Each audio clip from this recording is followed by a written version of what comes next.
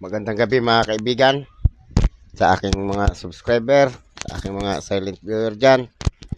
Magandang gabi sa inyong lahat. Shout out sa inyong lahat. Mga kaibigan, meron ako ditong coins.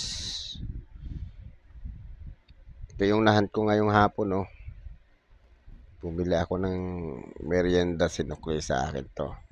Frosted Die 2019 High Mint Mark. Kaya ito na nga pala ito, oh. Ito yung coins na isa sa binili sa akin ng Sir Jomar. Sir Jomar, shout out sa'yo. Ito yung isang coins mo. Ito ay si Sir Siwo Sagor Ramgulam. Ito yung pag-usapan natin ngayon mga kaibigan. Sir Siwo Sagar Ramgulam, GCMG LRCP MRCS, September 18, 1900 to December 15, 1985. Open referred to a Chacha Ramgulam or SSR, was Mauritian physician, politician, and statesman. He served as the island only chief minister, first prime minister, and fifth governor general. He is widely recognized as the national founding father after Guy Rosemont. Death in 1956, Ramgulam served as the leader of the Labour Party of Mauritius until his death in 1985 and led the country to independence in 1968. Excuse me po. His son, Dr. Nabin Chadara Ramgulam, served as the third and fifth Prime Minister of Mauritius. Sir Siwo Sagor Ramgulam, also known as Kiwal, was born on September 18, 1900 at Belle Rive, Mauritius, in the district of Plak in the Indo-Mauritian family. His father, Mohit Ramgulam, also known as Mohit Matu, was an Indian immigrant laborer from Bhopur district of Bihar.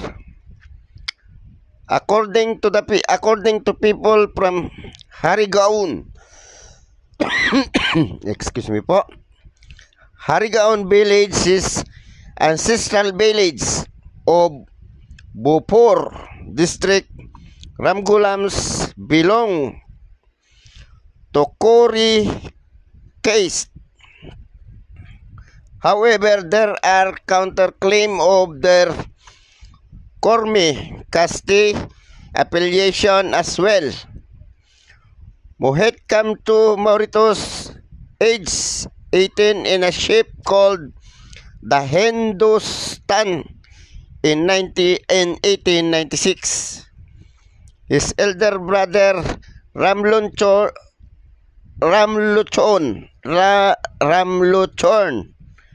had left the home village of Harigaon in the Bhopur district of Bihar in search of his fortune abroad.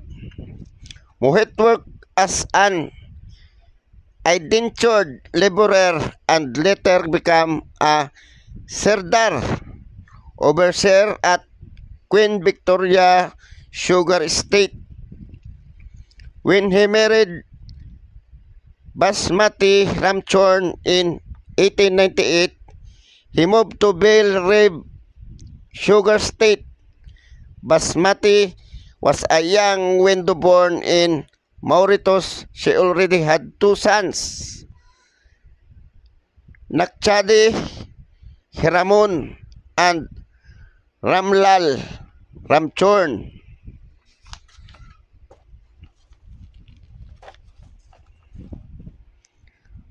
Ramgulan had his early grounding in Bhopuri, Indian culture and philosophy in the local evening school of the locality called Baitka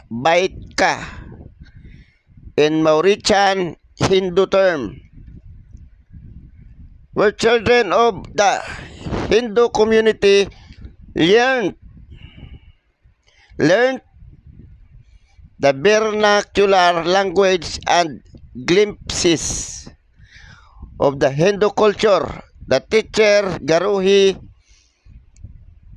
would teach prayer and song, Sanskrit prayers, and perennial values taken from scriptures like the Vedas and Ramayana. The Upanishad and the Bhagavad Gita were also taught. He enrolled in the neighboring RCA, Roman Catholic aided school run by Madame Ceres. Without his mother knowledge, he learned history, geography, English, and French. After leaving the primary school, he went to Bel Air Government School, traveling by train until he passed the 6th standard. At the age of 7, Ramgulam lost his father, and at the age of 12, he suffered a serious accident in a coach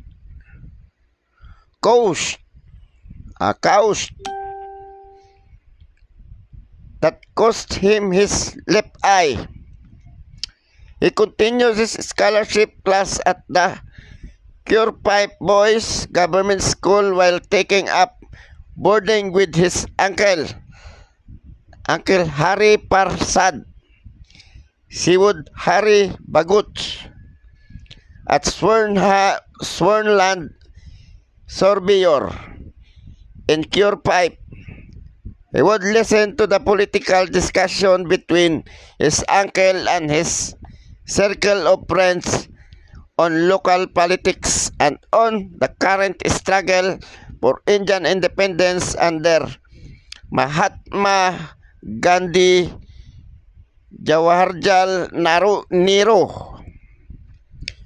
and Rash Behari Bose.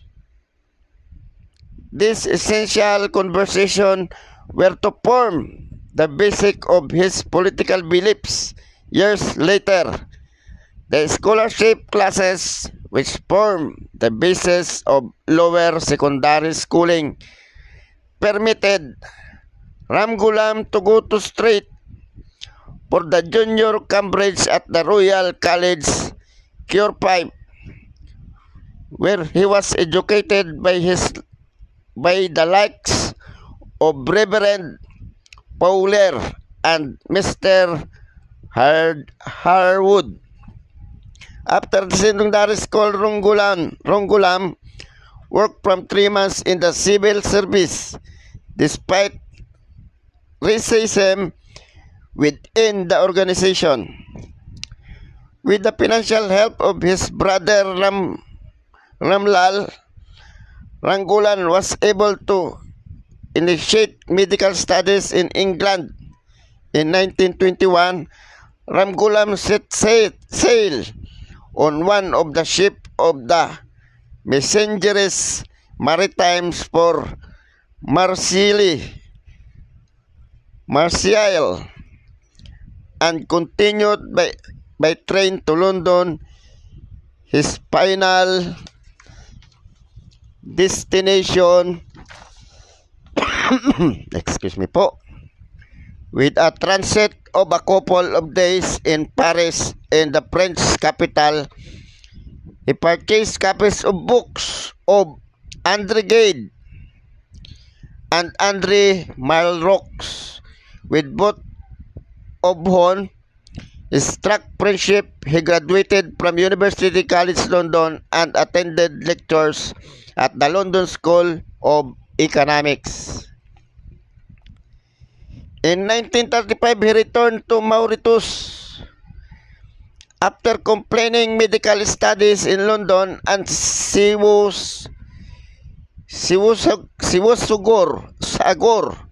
worked to improve the living and working condition of the bulk of the island population, which consisted of the descendants of indenture Indian laborers and enslaved Africans.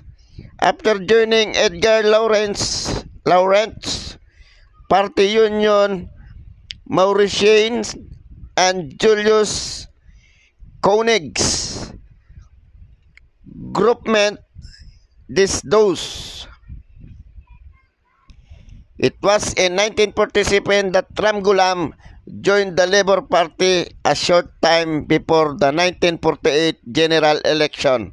Ramgoolam realized the increasing popularity of the new Labour Party leader Guy Rosemont, who succeeded Emmanuel Agitel in 1946. Up to that time, the Labour Party had been under the leadership of its original founder, Emmanuel Agitel, Maurice Cure, Pandit Sahadu, Ringadin Sinibasin, and Mahmoud Hassanji. Jean Prosper, Barthélemy Osman Osan, Samuel Barbie, and Godefroy Muncha, who initiated the party in 1936. In September 1940 and during the Second World War, he became one of the founders of the Labour's Party newspaper Advance, which advocate universal suffrage, economic reform, and social justice. Ramgoolam wrote a series of articles using pseudonym Tammark II, which challenged the island established conservative sugar oligarchs. He was also appointed as president of the group known as Indian Cultural Association. Sivusagar Ramgoolam also joined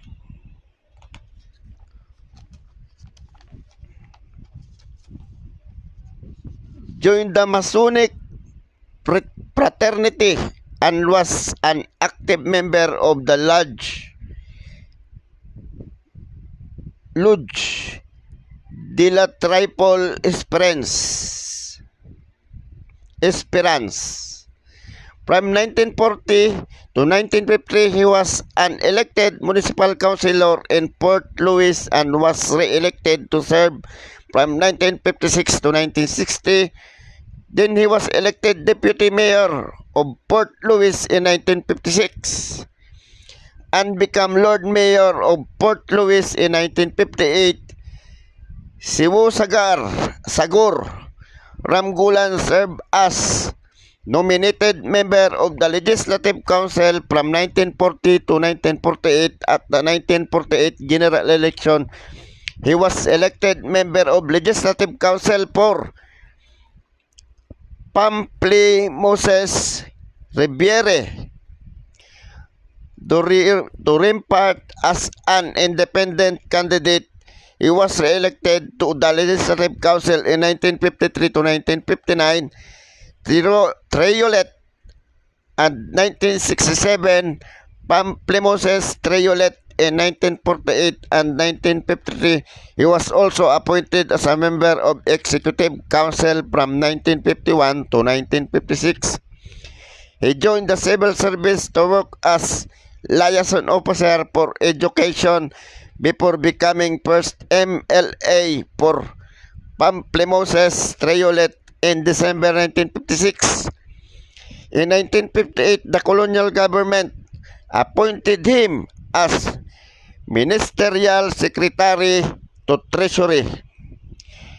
He led the Mauritian Labour Party from the 1959 to 1982 following the death of Guy Rosemont in 1956.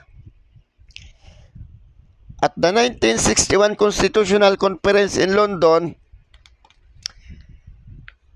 the Parti Mauritian was in favor of the integration with Britain rather than independence within the Commonwealth. But Britain at that time had already decided that it would give up all its colonies with the exception of Hong Kong, Gibraltar, and the Falklands. In fact, the die has already been cast as early in 1959 when Harold Macmillan had made his famous wind of change blowing over Africa speech. After the general election of 1963, Gaitan Dubal, and deputy leader of the Parti Mauritian, against lobbied from integration with Britain, but this was once more rejected by the British, who did not consider integration as a practical proposition for Mauritius, even if majority of parties in Mauritius wanted it.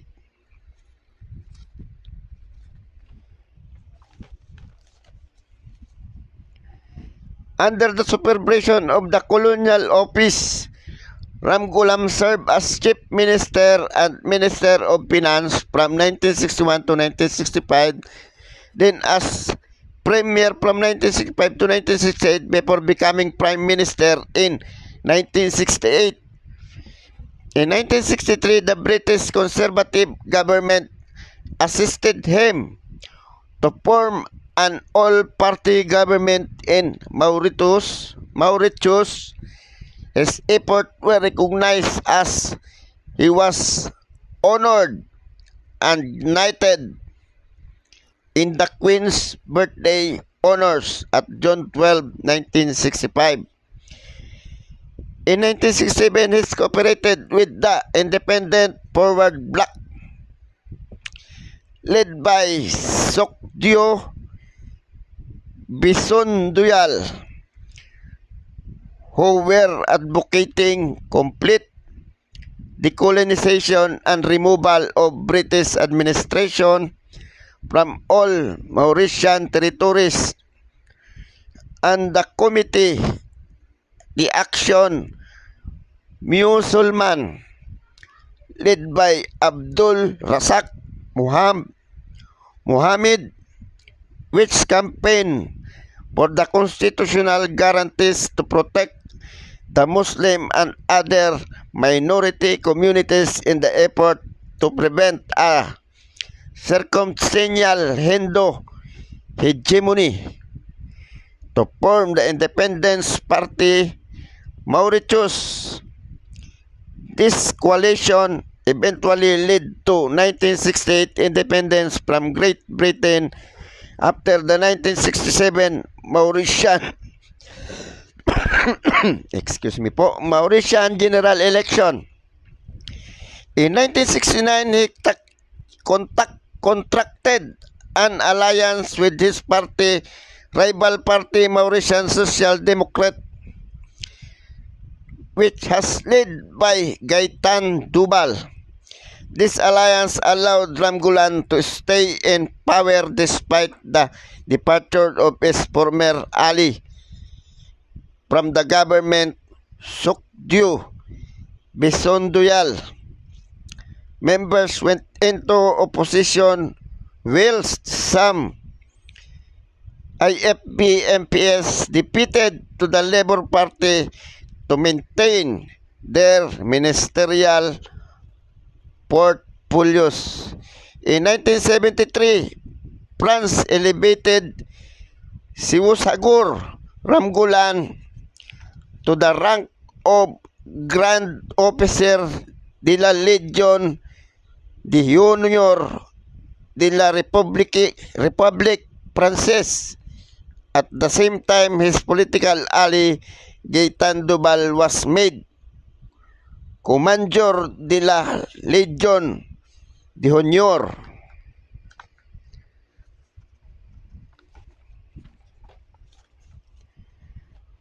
Due to the poor performance of his various government from 1967 to 1982, his party lost the 1982 general election when none of these candidates was elected to parliament. He lost his parliamentary seat, which led to further downfall of the Labour Party.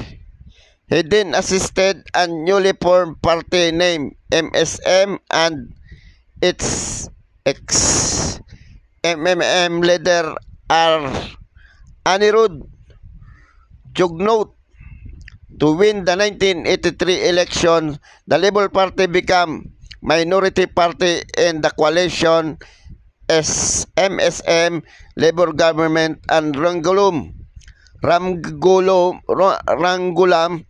was appointed Governor General, a position which he held until his death in 1985. Ramgoolam was succeeded as leader of the Labour Party by Sir Satkam Bulel in 1984, when the latter returned to the Labour Party after having formed and led a new party movement, Patriotic Mauritian, following his 1982 electoral defeat.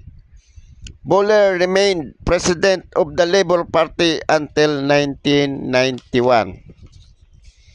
So, yon ang naging buhay ni Sir Siwosagur Ramgoolam.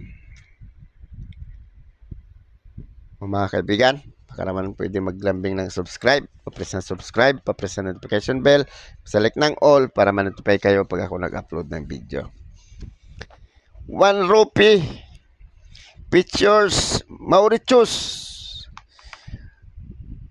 Issuer Mauritius, period Republic, type standard circulation coins, 2012 to 2023 ba? Madami-dami rin pala to. Value 1 rupee. Value sa Pilipinas 1.24, mga kaibigan. Composition nickel plated steel. Aba, magnetic to. Tingnan ko muna yung magnet ko, mga kaibigan. Magnetic pala to. Oh, magnetic nga.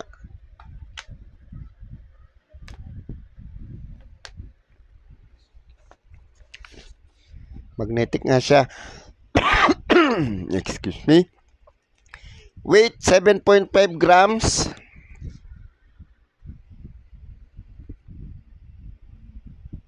Diameter 26.6 mm. Thickness 2.2 mm. Shape round, technique meld, medal alignment. Medal alignment. Pantay kasi siya, mga kaibigan, oh.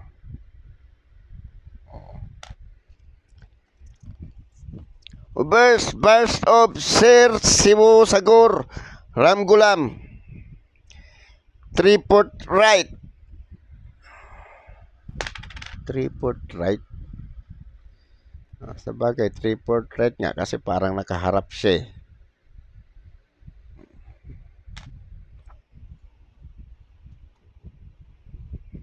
Lettering, Dr. the Right Honorable Sir Siwosagur Ramgoolam, KT. Reverse shield, divided state above value. Oh, shields daw ito. year 2012, tapos ang value niya nasa baba, 1 rupee. Punta na tayo sa presyo niya. Redded daw yung age niya, mga kaibigan, redded. Redded nga, magaspang yan,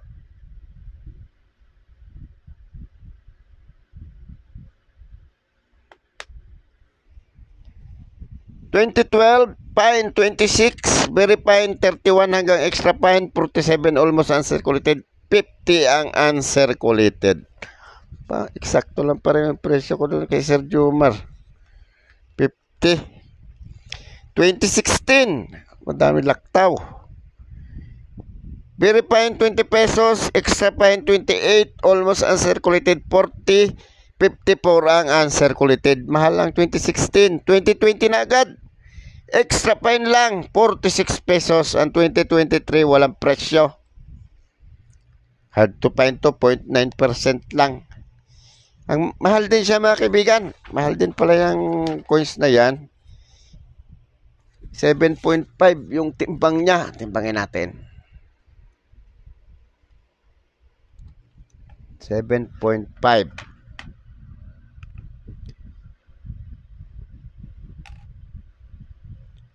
7.4. May bawas na ata ito. 7.5 automatic. 7.5. 7.5 siya. Parang hindi naman siya gaano kasing umikot sa sirkulasyon. Parang naging uncirculated siya, mga kaibigan,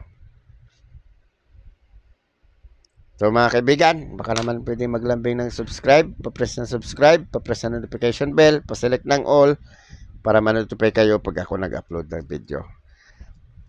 Pa-like na rin at kung gusto nyo i-share, pa-share na rin. Maraming salamat, mga kaibigan. Magandang gabi.